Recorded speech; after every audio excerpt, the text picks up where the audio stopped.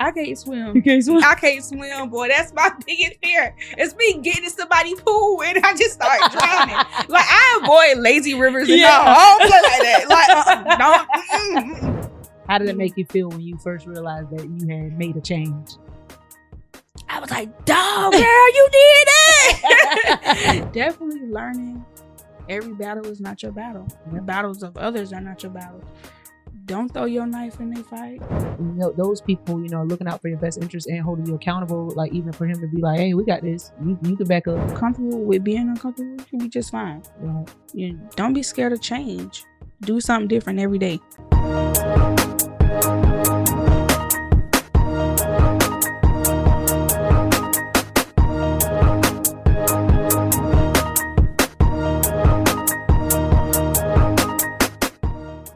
Hey y'all, it's your girl Gravy. I'm back with another episode of the Insider Threat podcast. And today's episode is titled HDD versus SSD.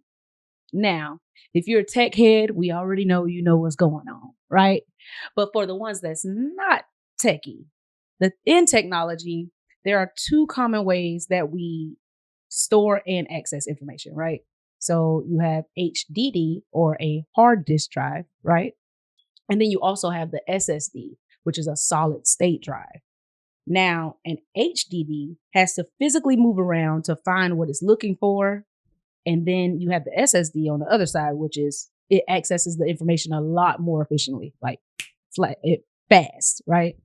So they call it flash storage because they do it in a flash. So what if that's not a lesson that's just for technology, right? What if that's a lesson about life? So we asked the question, how many of us are moving through life the hard way instead of keeping it simple? I know in other episodes we talked about kissing it, right? Keep it simple, stupid. But how many of us are actually moving through life the hard way? Think about it. Anyways, today we're going to talk about the cost of staying comfortable versus change. But as you know, I'm not talking about this topic alone. So today, I have a very special guest here today. Yes, I know her, right? But that doesn't necessarily mean that you know her. So I could be that host that introduces the guest and tell you all about their background and everything they've done and what they want to do and all that good stuff. But nobody really tells your story quite like you. So help me introduce to some and present to others Robin Tillman.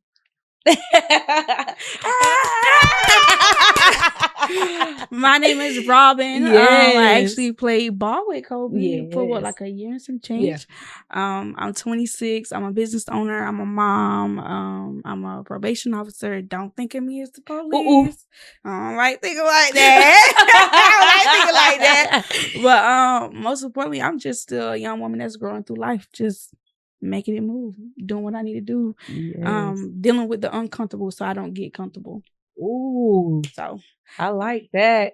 When did you realize, you know, I need to deal with the uncomfortable so that I can get comfortable? I'll have to say once my daughter hit 2, like, Wow. not even just gonna run into like background, but I noticed I had got too comfortable. Mhm. And like once you start praying through stuff and going through stuff, God makes you uncomfortable so you don't get comfortable. Yes. At least that's how I look at it. It took a whole lot of background, a whole lot of change for me to get uncomfortable. Because once you get comfortable, you get complacent in that spot. You don't want to change. You don't want to. You feel like change is scary. Yeah. Change can be scary sometimes, but I don't think it's necessarily a bad thing. Right. And I'm still learning that. If anybody know me, I'll go get another job. I'll pray myself out of something real quick. I'll get them gone. I don't stay complacent. And I think that's a good lesson to have, just not to stay complacent, just to be ready for change wherever that comes. You never know what's going to shift and when it's going to shift and how it's going to shift. Right. So just looking at it that way is how I deal with it anyway. Gotcha. With kids, you got to be ready for the change. Ain't no telling, they might like pizza today, noodles tomorrow. You just got to be able to adjust. And sometimes it's hard to adjust. Life ain't all about adjusting, but it is all about change, and you can't help that. So that's true. Now, you said that you don't like to be complacent. When was the first time that you had to kind of realize that, hey, I'm complacent and I need a change? I'll say before I left for college the first time. Okay. I got complacent and just staying in one spot, going to work, repetitive motions, going to work, coming home, eating, sleeping, wasn't living my life. And then, boom, I just so happened to get pregnant. And it was just like, dog, you ain't really got no choice now. But but I noticed I got complacent once. It was just the same repetitive cycles that I was going through. I was missing out on so much, just not even living, with me still being young. Like, I'm only 26, and I didn't see more than the average 26, which is not necessarily a bad thing. I be vibing. So I be ready to do what it do. Right. Well, I love to hear that. But look at us. We already jumping into the conversation. We ain't even started with our icebreaker yet. You know what I'm saying? Y'all got to keep me accountable. Hey. So, Robin, around here, we like to get things started, before we get deep dive, but we did little things out of place. It's okay. We're going to keep moving along. But we like to get things started with our icebreaker, which is also known as Say Ah. And then you, the guest, has a choice between 3 options. You could choose between a joke, a quote, or your biggest fear. I'll have to go with my biggest fear. Okay. And it might sound childish to some, it's okay? Not. My biggest fear, everybody can swim. But me, I can't swim. You can't swim? I can't swim, boy. That's my biggest fear. It's me getting in somebody's pool and I just start drowning. I avoid lazy rivers and all. I don't play like that. I like to watch. Because what river lazy? Yeah, what river lazy? Y'all ain't about to get me under that. I can't get up. Oh, no. I'm a little heavy, too. I'd be scared. I'm only 4'11", baby. I can't get in there with them people. Just made the cutoff. What? Just made the cutoff. Oh, no. I'm not playing with them. I can't do that. That's my biggest fear is drowning. That's a serious fear for some people. But for me, I'm a little childish. I can't swim, so don't even. You having a pool party? I can't come to your party. Don't invite me. Don't invite me to the party. I don't play like that. I be scared. Hey, you are funny.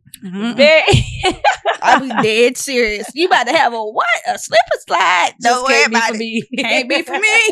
That's not for me. You need a splash pad. I need a splash pad. Gotcha. So I can run around a little bit.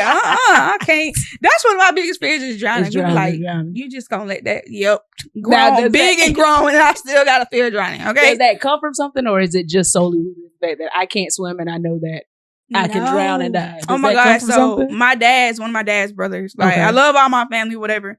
But this uncle right here, if he give me the chance, I might just push him down for real. But he used to throw us in the pool when we were kids. Okay. He would learn how to do it. Learn how to get out. I ain't never learned how to get out. So I ain't never got back in. I ain't never got back in. That's one of those uncles being around him and being around the pool at the same time. No, I would never. Not disassociation. No. Have you ever tried it again? Or no? I can float. I just can't swim. I don't know. It's backwards. You right next door. No, I can't. Okay. Damn, I'm still at the back door. Okay. All right. I can't do it. I don't know what's going on. It's so backwards. They be like, you can't swim, but you can float. Well, it happens like that sometimes. It happens. Okay. So like I said, we had a really good topic today, right? And I love whenever I sent out the episode list, you 2. Whenever you see an episode list and you see number 2 and you read the core theme, what stood out to you the most that you were like, I could talk about that? The cost of change. Oh. Because you lose a lot once you change without even realizing it. I don't know, you just lose a lot. Yeah. You losing your familiarity, how you are, your repetitiveness of the same things every day, your day-to-day. Some people got the same routine. And once it changes, they have to adjust to that change. And some people don't adjust well and some adjust perfectly fine. Right. But for me, it took a lot of praying to grow through those changes. Yeah. So that's what stood out the most for me. Got you. So you said it before, you're a young adult. What are some of the familiar processes that you realized that you were kind of continuing? Going to work every day. Okay. Going to work every day. I mean that in the most humblest way. And doing the same thing at work. Once you get too comfortable in a job, you already know what's expected. So you're not really looking for nothing else to change on a day-to-day basis. But once they do change, you got to go to another station or something like that to do something else. You be like, well, dang, how am I adjust to this change? Yeah. Why they changing me all of a sudden? So I I have to say this. It starts with the job first. That's where I noticed it first. And then I come home, get my daughter situated. Boom, we in bed, get up next morning, school, work. Yeah. It was just the same repetitive process. And I was like, what can I do more that I haven't done before? Right. That's how I had to start thinking about it. Like, what's something I could do different every day? Always strive to do something different every day. Mm-hmm. That's how I look at it. So what was the first change you made? I'll say coming home and just sitting down. Okay. I used to get up, go outside. My daughter is very active. She want to run. Yeah. Mama big, but we going to run. We're going to do it together. But we're going to do it together. We're going to do what we got to do. So I think it just stemmed off my daughter wanting to be active and her wanting to be out the door. I signed her up for cheerleading. Yeah. Her mama didn't do no liquor cheerleading. Right, so I was just like, okay, that's something different. It's a change. It's a change in routine. So once I did that, and I love computers. I could be on the computer all day. Yeah. Once I noticed that, like, little stuff I could pick up on, it just became like second nature to me. Even with my business, I do changes. Yeah. I like to do different stuff. You don't want to keep doing the same stuff. Exactly. Like, dang, you can't do nothing else? Like, can't do that. Like, dang. So, like you said, pretty much you realized the old way wasn't working at work first. And so that's when you started to implement some changes. So with your daughter, was it different? Like, did you have to change? Because I know your mom's very active. Did you change any ways that how you're raising her, just from like the way you were raised versus the way that you're raising your child? I would say, just a little bit. My mom raised us, people come from independent backgrounds, single moms. And I salute my mom a lot from that. Sure. It wasn't in the cards to be a single mom, but I really thank God for my village, because my baby was definitely blessed with a very good village. Like, they don't play behind my baby. Right. So, or behind none of the grandkids, especially their grandma. Mm-hmm. She don't play behind none of her grandkids. Right. I be having to tell her, like, you're going a little too hard. But she don't play.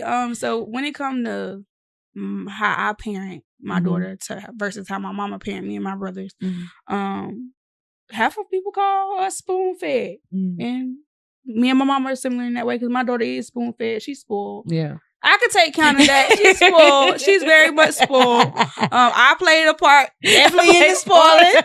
So it's just being there. Like, my mom was there. She was always an open ear.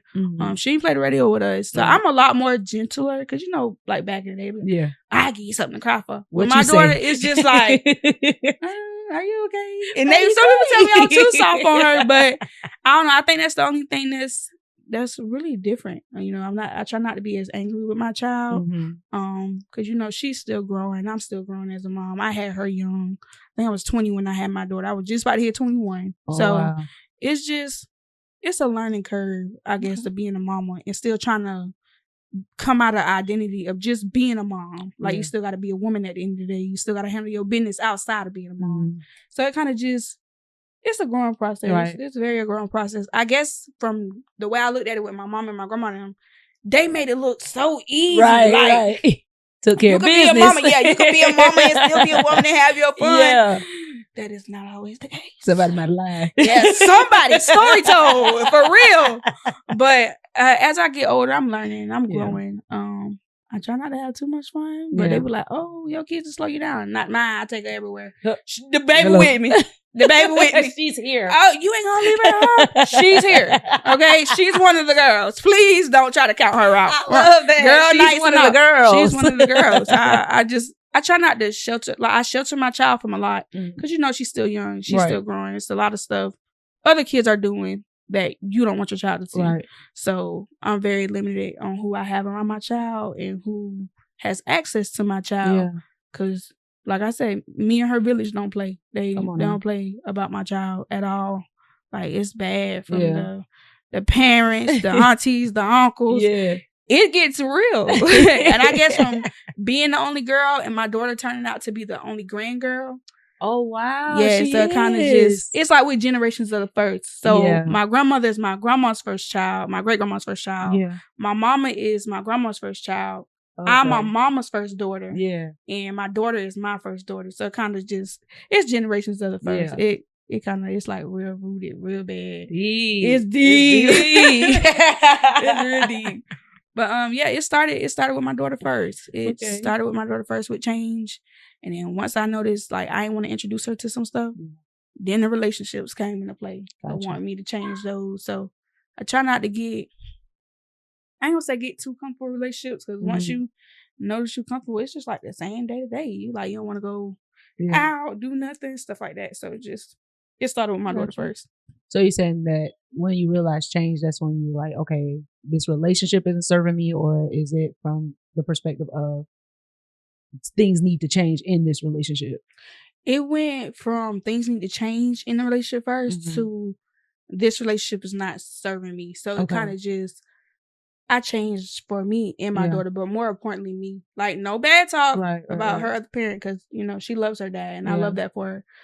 But it was just stuff I needed to grow on as a woman, and that I knew I couldn't do while I was with somebody else. So it was just me growing. Right. And, we make it as healthy as possible for my daughter. Like I said, she is very much spoiled.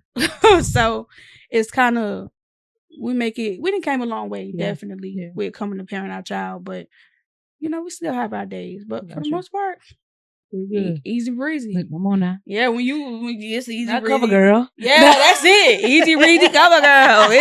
It ain't no pressure at all. Everything is always the common end goal. Just doing what's best for the child. So once we changed there, and that was it. We figured we was better apart than together. Okay. So we just found a balance. That's all. So it was a mutual agreement. But yeah. Gotcha. Yeah, it was something. So it came too deep. Yeah. We came up with that. So it was a good asked to the point that you feel comfortable. That's when you answer. If not, be like, we're gonna move right along. Yeah, it was a good solution. We do what's best for our child, and we just keep moving. Yeah. So okay. Do you feel like you ever resisted change?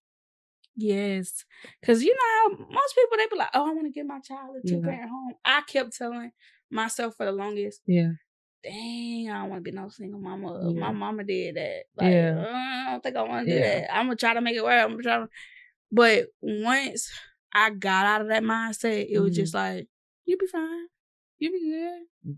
You don't want to do this every day. Yeah. No, get out of that. Stop thinking like that. Right. Don't leave yourself in uncomfortable situations. Like, it's okay to be alone. I had learned that. I had to learn that the hard way. And once I learned that, I teach my daughter all about her self-love. Yeah. She doesn't lack on knowing she that girl. Right. At all. She don't lack on it at all. Like, you gonna know you one of them ones. So is that something that you struggle with in the past? Just kind of being like, I struggled real bad with my self-love. Like, if people know me, they'll be like, oh no, she confident. She cool. She collect. But deep down, it was always, dang, am I enough? Like, am I doing enough? Right. Am I going to be enough? So it kind of just took me being by myself, learning to love myself unconditionally, like flaws and all, insecurities. It took a lot for me to do that and to be like, oh yeah, I'm good. Right. Like, it is what it is. Mm-hmm. I could be by myself. I can love myself. Right. I'm a little myself. Hello. It took a lot for that though, but I think that's the best thing. Self-love is the best love when it comes down to yourself. Because who gonna love you better than you? Nobody. Hello. Well, God. Thank you. Other than God, nobody. Other than God, nobody. So I mean, my mom and my grandparents, and my aunts, they always, made sure it was instilled in me to know that you that girl. But once you grow up and you experience in society, that kind of fluctuates over time. It changes. Mm-hmm. So I just had to learn that, like you'll be all right. Pray through it, breathe through it. Right. You'll be just fine. So what was I know you say you pray a lot. What were some of the other tactics that you implemented for like somebody else that might be struggling with their like insecurities or just self love in general? What were some of the like tools that you implemented? Like, was it affirmations or anything Definitely, like that? I'll say affirmations and journaling. Like, write every thought down, even the bad thoughts, the negative thoughts. Just write every thought down. Speak life into yourself, because you never know. Like, other people go through stuff, but you might feel it way harder than they do. So just definitely, I went through a lot of affirmations. Like, you're beautiful, you are heard, you are God saying, you're worthy. I went through, and those are still my mantras every day. Like, I done pass it on to my daughter. Like, she'll tell you, oh, my mama tell me I'm beautiful. I'm that girl. Like, just speaking life into yourself, boosting yourself up. You don't always need a boost from everybody else to know that, hey, I'm worth something. Right. In God's eyes, you are his child. So what it matter in somebody else's eyes? That's how I look at it. So That's how I looked at it. So it's just kind of just, I'm real big on self-love. I love boosting people up just for the simple fact is you never know what they're going through when they're down. Right. You know, some people be in very dark corners. It was at a time I was in very dark corners before I even had my daughter. So it was just like, hey, what can you do to help bring somebody out of it? Right. That's how I look at it.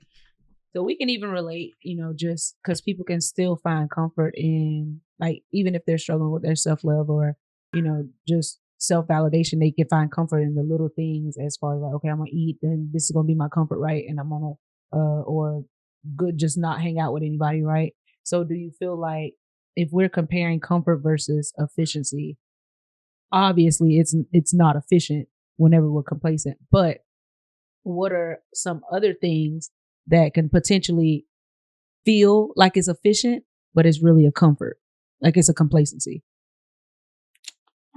Even though I already said it, doing the same thing every day, or putting up with the same crowd, like the people you hang around plays a big majority on how you think. Yeah. Like sometimes good crowds can be either good or bad. Yeah. It's all about who you surround yourself with. I learned that the hard way. My mama used to be like, "Don't be outside when the street lights on. Yeah, you better beat the street lights on." So just making sure you know you hang with people that's uplifting and that's positive, that always thinks, oh, it's a good in something. Mm-hmm. So just surrounding yourself with people who think like you, even on bad days, that's always a good thing. So just get out of being comfortable. You know, sometimes change your crowd, change your friends. You might not be a big people's person, but change who you converse with, change who you socialize with. You never know. Some people get comfortable with staying or living in one state, so they be scared to move. You know, scared of change. Don't be scared to move. Right. I think about moving like 20 times a day. I ain't saying I'm going to do it yet, but I think about moving like 20 times a day. Like, I might need to move out of the country or something. There's a lot going on over here. But other than that, no, just get out of being in your shell. Yeah. Sometimes you'll grow out that shell. Yeah. And once you grow out that shell, it's not made for you to fit back into the shell. So it's just, that took a lot of learning. Once you grow out of that shell, why would you want to stuff yourself back into that shell? Right. So that's how I got you. So I know you say you've done a lot of changing and you're still processing and growing, but what outdated systems or processes do you think you're still carrying or struggling to kind of overcome? Giving my all to people. Oh. Give my all to people and don't get really much in return. Like, okay. I'm a lover. Yeah. I love love. Yeah. That's probably a bad thing, but I love love. Like, whether it's in friendships, relationships, family ships, like, people like, oh, blood thicker than water. Yeah. You know, I thought like that for a long time, but sometimes blood ain't gonna water you. So. Oh, say that again. You said blood ain't gonna what? Blood ain't gonna water you. Ooh. So sometimes you gotta grow out of those situations, but give them all to people most definitely, because everybody don't deserve all of you. Right. And that's something I'm still learning. Unfortunately. So everybody don't deserve access to you. And once you grant a person access, they take it and run with it. Right. You'll never know you're even being drained or so dry like that until you go to look back on it like, dang, that's who I was before. Now look who I am now. Okay. So it's just. How did it make you feel when you first realized that you had made a change? I was like, dog, girl, you did it. When I say I celebrated that, I had took myself out and all once I noticed that, because I was like, okay, girl. You do it. But it definitely felt really good. It was very eye-opening, very refreshing to even being able to change. Yeah. Because it was just like, dang, you really did that. You can really grow and change how you think or how you behave yourself or how you carry yourself. So it kind of it was just very positive, very refreshing when it comes to it. That's good. Very self-affirming. Yeah, it really spoke. It gave me like a boost of confidence. Okay. It's like, granted, confidence was there, but it wasn't all the way like it needed to be. Right. But once I did it, it was just like, dog, girl, sit with your shoulders up or something, fix your posture or something. Like, so it was very refreshing, very self-motivating. Yeah. Like, dog, you can do anything you put your mind to. Gotcha. Like, you be scared to try different stuff. What you scared to be trying different stuff? Right. You never know what you good at. You gotta do it. You just gotta try it. You gotta change it around. Just gotta try it. I love that. So, do you think you're afraid to trust somebody to carry the load that you're carrying? Yes. What's the load first? So, like I said, I didn't see more than in my 26 years the most, but just being, somebody that people can call on whenever. Yeah. Like I had to learn, like, don't be jumping for everybody. Right. Don't be trying to rip around for everybody. You don't do it for yourself. Yeah. Like what you doing it for them for, and they wouldn't do it for you. So it kind of, but I stopped looking at it as getting something in return when it comes to doing for people. But yeah, it definitely hit that. What you doing it for them for? Yeah. Have you watered yourself today? Have you watered your life today?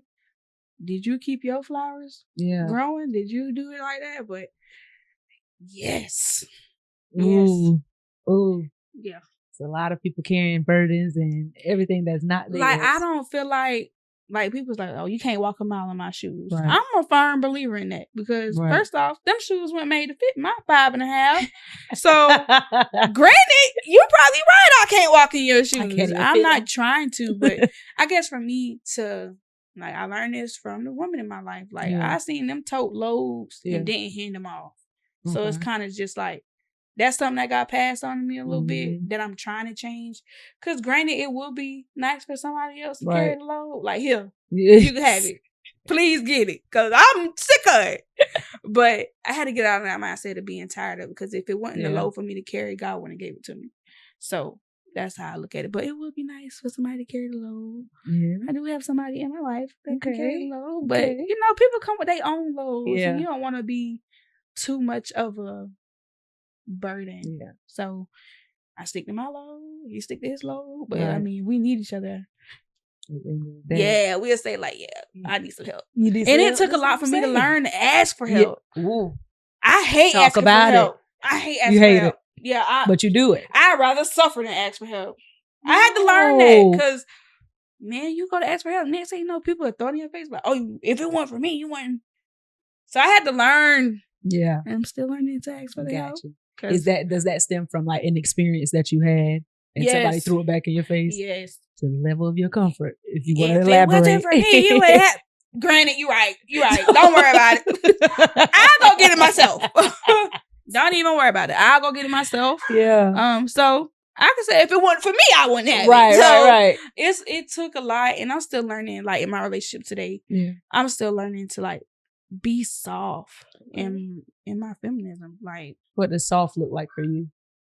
Just able to be raw and uncut, because I can have my guard up. I can say that. I'm very difficult to deal with because I'm hard body. I grew up with nothing but brothers. Right, I didn't get a sister till I hit 18, and after that, it was just like, okay, well, it's not what I can do now. But just being raw, being vulnerable, that's big for me. I'm only vulnerable with my daughter. Wow. So for me to have a partner who wants to see those sides of me, I be looking at him like, you sure? When I get crying, I don't know. Do tears too well. But it's been an adjustment. It's been refreshing to like have somebody along on the ride. Yeah. Like no matter what you go through, I'm still on the ride. Right. You come with your own problems. We work through stuff. We have our own problems, we work through stuff. But just being able to just be raw and uncut with folk, that's new for me. That's different. I was like, I don't know what's going to happen today. Because am I going to be like, what you want from me? Which one? What you expecting from me? But it's definitely new. Like even with family, I have to be raw and uncut because everybody lean on you.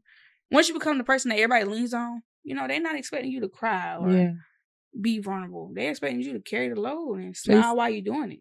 So you feel like you can't even be vulnerable with your family? Oh, I done learned with my brothers. Like they made me mad. I'm gonna get it out first. I'm gonna cry first. then we can sit and talk about it. And, I'll straighten up and it'll be okay. But I'm living and learning. Even with family, sometimes I need to be vulnerable. I don't need to act like I'm too hard body because I learned that in my grief, like being the shoulder everybody cry on. And then when I'm by myself behind closed doors, then I cry. Then I let myself feel it and be open. But grieving don't stop. So just learning that in my grief. And being vulnerable and actually feeling it in my grief, it's just like, dog, I really had to change the way I think, because you can't be hard body all the time. You gotta be vulnerable. You gotta feel it.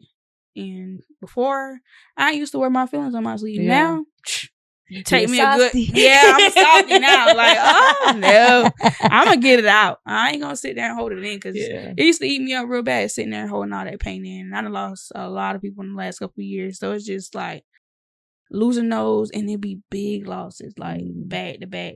So just feeling all that at once, I was like, oh, I don't know if I need to crash out now. Go get me a bottle of wine. Oh Lord. I said, I don't even drink. What you got going on? So that's when I knew it was like, yeah, you might need to let it out and not sit there and wallow with it in, because wallowing ain't gonna get you nowhere. If anything, it might just hold you back, right? Stop your processes. Stop your processes. Stop your changes. So, like, going back, being complacent. Yeah. Being complacent is just holding it all in and just be like, oh, you're bad. It is what it is. How people say, well, that's just me. I'll be all right. I had to grow out of saying that, because for me, I heard that a lot. Oh, that's just how I am. What you mean? That's just how I am. Oh, no. That is not how I do it. You're going to have to get out of that. You're going to have to get out of that. So, it's to me, that's a really, once I hear somebody say that, red flag, maybe orange. Not orange. Wait. Orange, because sometimes you just want to ease to see what else they say. Okay. Then they say something else. Yeah. Red flag. Flag on the play. Flag on the play. So it's just, I'll tell anybody, like, get out of saying, that's who I am. Don't say that. Don't say that. Thank you. Get out of that mindset, because that's who you are. No. You wouldn't even know who you are until you change to be who you actually need to be. So. That's true. Now, you said that you feel like one of the, I guess you can call it a familiar process. You feel like one of the pass alongs that came from generations just kind of holding on to like kind of burdens, or just kind of carrying heavy loads and not necessarily knowing when to put it down. So do you think you still carry the loads, or do you think you know when to put it down? When's the right time? So I could say it's like a 50-50. Like, I'm still carrying some loads for folks, and then I'm learning how to put it down with others. Like, you can call on me and I'll be there. Yeah. I'm learning not to run every scene. Got you. Not to run every rescue. Or even volunteering for every rescue. Like, you don't need to do that. You just might need to chill for a minute. You can't save them. That's out of your control. So, and then I guess it took a lot for me to learn that. Once it's out of my control, there's nothing I can do. Because once you feel like you can't do nothing, you may be disappointed, but like, dog, and I'm guilty. I was supposed to be there to do this, and I couldn't even do that. Now you beat yourself up. Right. But definitely learning every battle is not your battle. The battles of others are not your battles. Don't throw your knife in their fight. Don't throw your knife in their fight. That is not your fight to be in. So that's not your lesson to be learned. Okay. That's how I look at it. I ask you this. What would it cost you to stay the same moving forward? I feel like it'll cost me my happiness. Ooh. Just for the simple fact is, in order to move forward, you got to be doing other stuff to move forward. You got to be ready for that change to move forward. Because if you get back to complacency, if you get complacent, you'll never move forward. Right. You'll never grow. Job, relationship, life, anything like that. You'll never get forward. Like, you'll think you are, and it's the same repetitiveness. You'll never move forward with it. And so what does forward motion look like to you? Making progress. Okay. Doing the thing every day. Ready to make it do what it do on a day-to-day basis. Just something different every day. Yeah. Just like, no matter if it's big or small. So say like you're not used to journaling. Okay. You go to journaling. Say you're not used to going to the gym. You go to the gym. Right. Even if it's for 10, 30 minutes. You know, you went. You did it. You changed it. Right. You changed the way you think about it. Say you don't cook. No, I don't know about nobody else, but I be cooking. Hello. I be cooking. Gotta eat. I can't be starving out here. But, say you don't cook. Say you look up a new recipe you want to try. You get in the kitchen, you cook. Say you decide to take yourself out or go learn a new activity that you had never did before. Just the little stuff, the little changes, the new habits, the new hobbies, just developing everything new. Just doing everything new. That's good. That's good. All right. So we're going into our second and last segment. It's called Take Control. There's 3 different questions, and it all plays on the function of the keyboard, right? So the first question is Control A. And Control A is what stood out to you the most during this conversation? Taking control of my life. Okay. Not living for others. Knowing that it's more to me than doing and taking care of others and being there for people and giving others more than what I give myself. Right. So I know you mentioned taking care of others. In what ways do you take care of others or just kind of like carry their load? So my dad got sick a little while ago. Yeah. And as his oldest girl, I try not to let it be a bother to my brothers because, they still men in America. Yeah. They're still living. They're still working. My oldest brother got a family. Yeah. So just being able to, even though I come with my daughter, just being able to rip and run, be of help to my uncle and them if they need something. For my dad, just being able to provide that help. But my uncle had to tell me, I got this. Yeah. Yeah, like, wow. Chill out. You young. You go do this. I got this. I'll take care of it on my end. Yeah. So just making sure I ripped and ran. Like the whole time my dad was in the hospital, I was down there every day. I get off work, grab my child. We at the hospital. Yeah, so it kind of just being able to fall back a little bit on that. Because like, granted, God gifted you these parents. You want to be there for them. You want to do this. But sometimes it's not your role as a child to want to take care of everything. Mm-hmm. So that was a hard lesson I had to learn because even while he was in the hospital and he was getting better, he told me, he said, "Don't you think you need to go home? Oh. Don't you think?" Excuse me, sir. I was like, wait a minute. But just taking on the load of making sure my dad gets what he needs. Yeah. And, my brothers and they do real good in playing their part and doing what they can. But I had to learn like not to tote the load by myself when they were there to help me tote the load. Right. So I guess that came from me being independent, thinking I could do it all by myself. So just my brothers, them being there, and it took my oldest 3 brothers. I love my siblings. I'm big on my siblings real bad. But it took my oldest 3 siblings, they Evan and Fat, to be like, oh, something wrong with sis. She not herself. Wow. Like, we might need to check in. Like, where her mental at? Like, where is she at today? And so it took them checking in for me to like snap back and be like, just focus on being a mama right now. Yeah. You got a lot going on. School, work, business. Focus on that right now.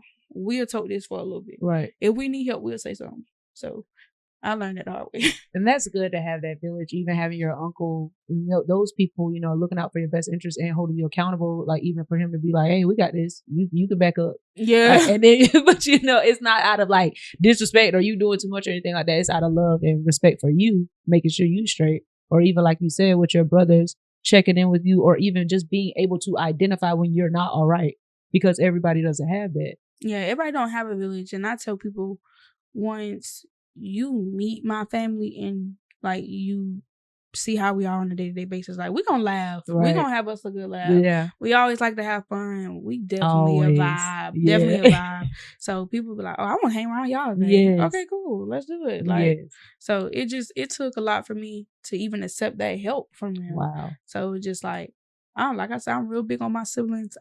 As me being the oldest girl and the only girl for a long time, it's just like, dog, they really around for real. But I'm real big on my siblings. With Isaiah being the oldest and Fat Man and Evan being the same age, and they right there neck and neck with each other. It really took a lot for me to even let, like, they the younger siblings. You don't expect them to tote the load for you, but Fat Man is very vocal. Yeah. Evan's our gentle giant. Okay. Fat Man is very vocal about how he feels about stuff. Like, he'll tell you, piss me off. He's really one of them, like, you about to make me upset. Oh, Lord. Like, you need to change it right now. Like, you need to get out of that depression mode. Get out of that mood. You got to change it. Yeah. You can't be stuck in it. And then Evan will come with, I second what Fat Man say. And then the oldest one, he just be like, you know what you need to do. Oh, yeah, you're right. Tough love. Yeah, that tough love. Definitely that tough love. Goodness. I was like, okay, shake cool. back. All right. That's his favorite line. That oldest one, man, you need to shake it off. You need to shake it off. Shake back, twin. Shake back. So it definitely, like I said, I love my brothers. I thank God for my siblings. So it's just being able to have that village to pick you up when you know you down, but you don't want to say you down.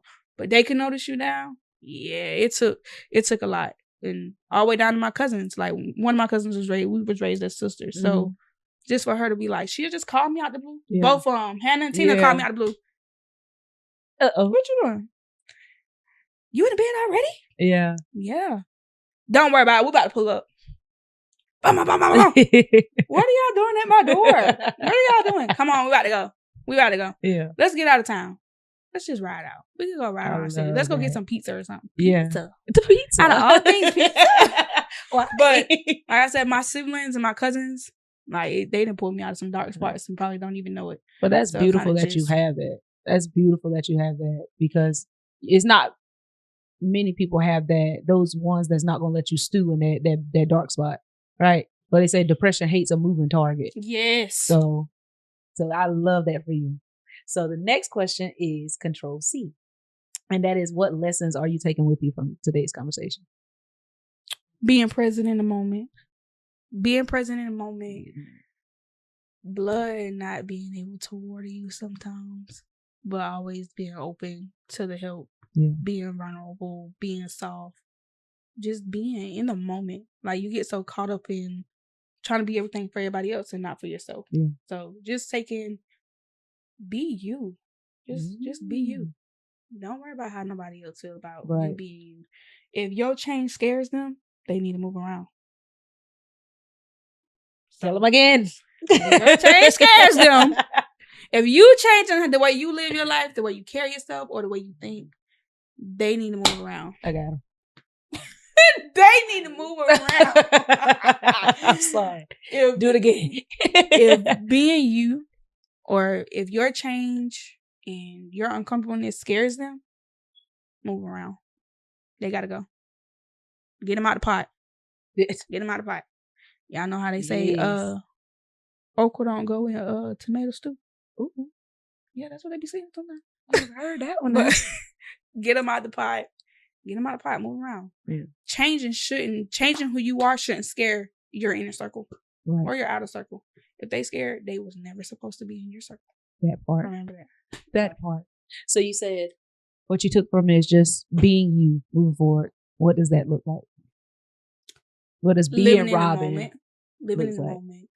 Stepping out my comfort zone. Okay.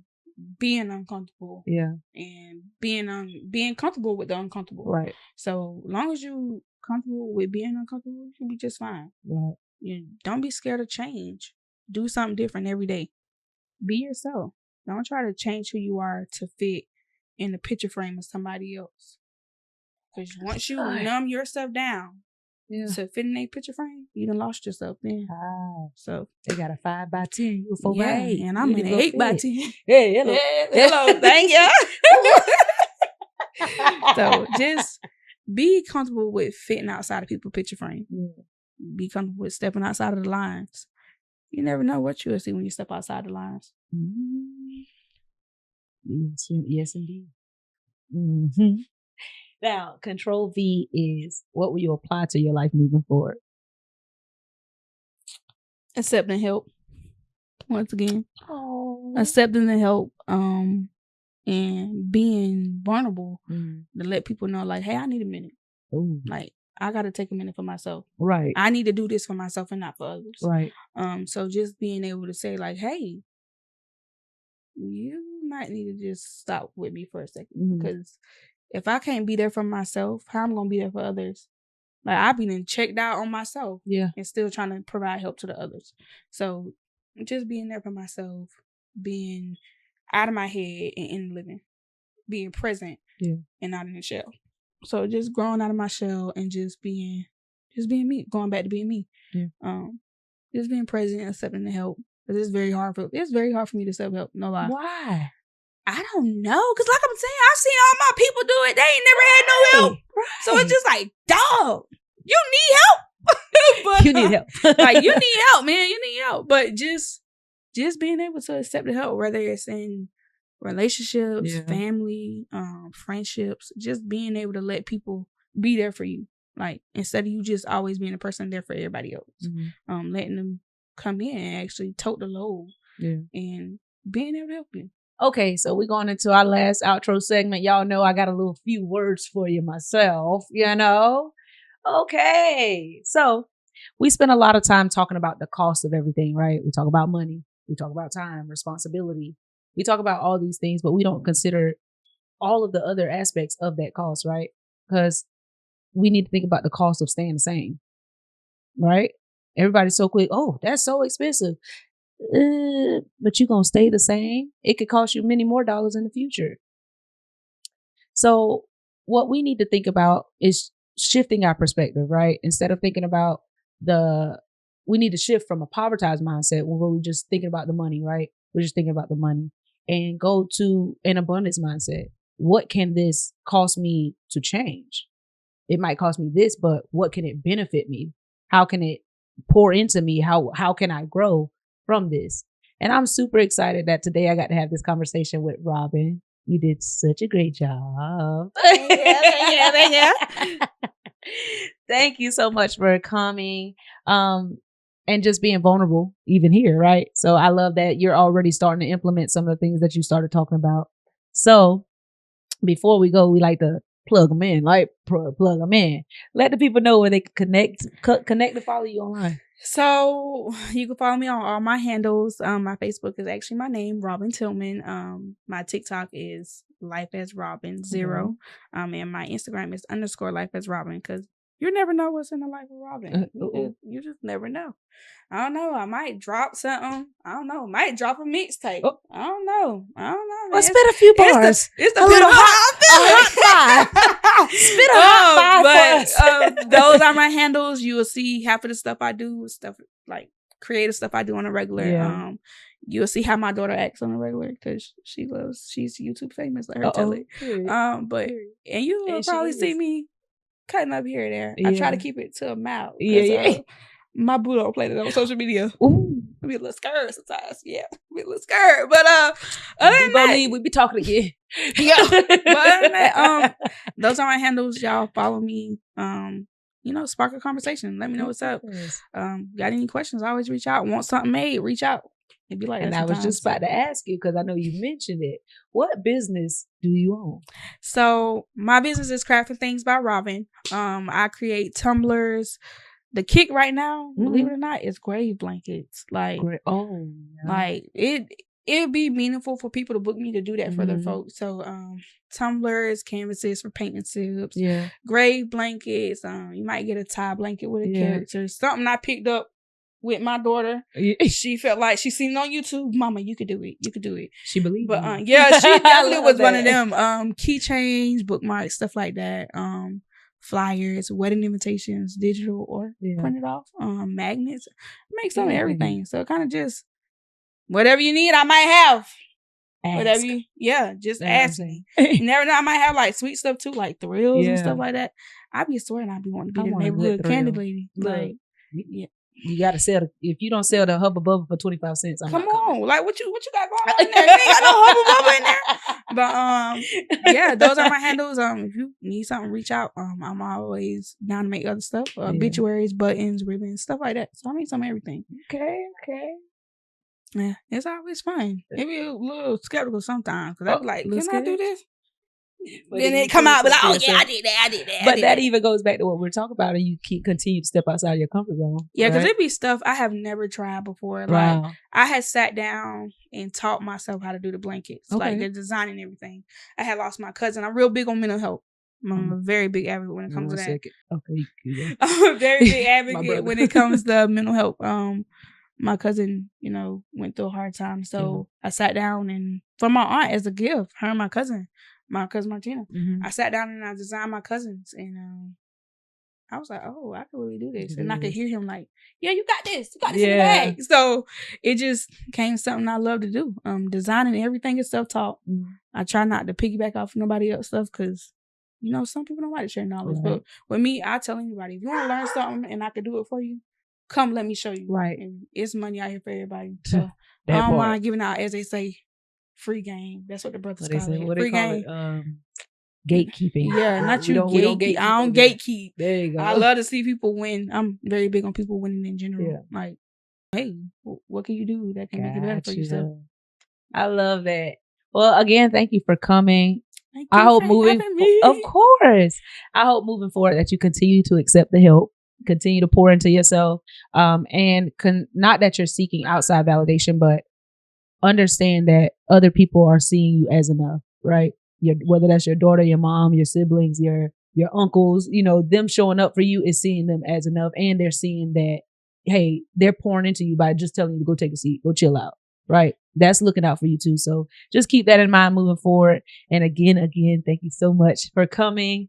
You guys know the vibes. Don't forget to like, share, and comment. Share this episode with your friends if it's blessed you. You guys can follow the podcast at Insider Threat TV on all platforms. You guys can follow me at I'm Gravy. That is with 3 Ys on Instagram. And on that note, I say protect your peace, audit your code, and as always, logging off for now. Your web tip of the day is coming up next. I love you guys.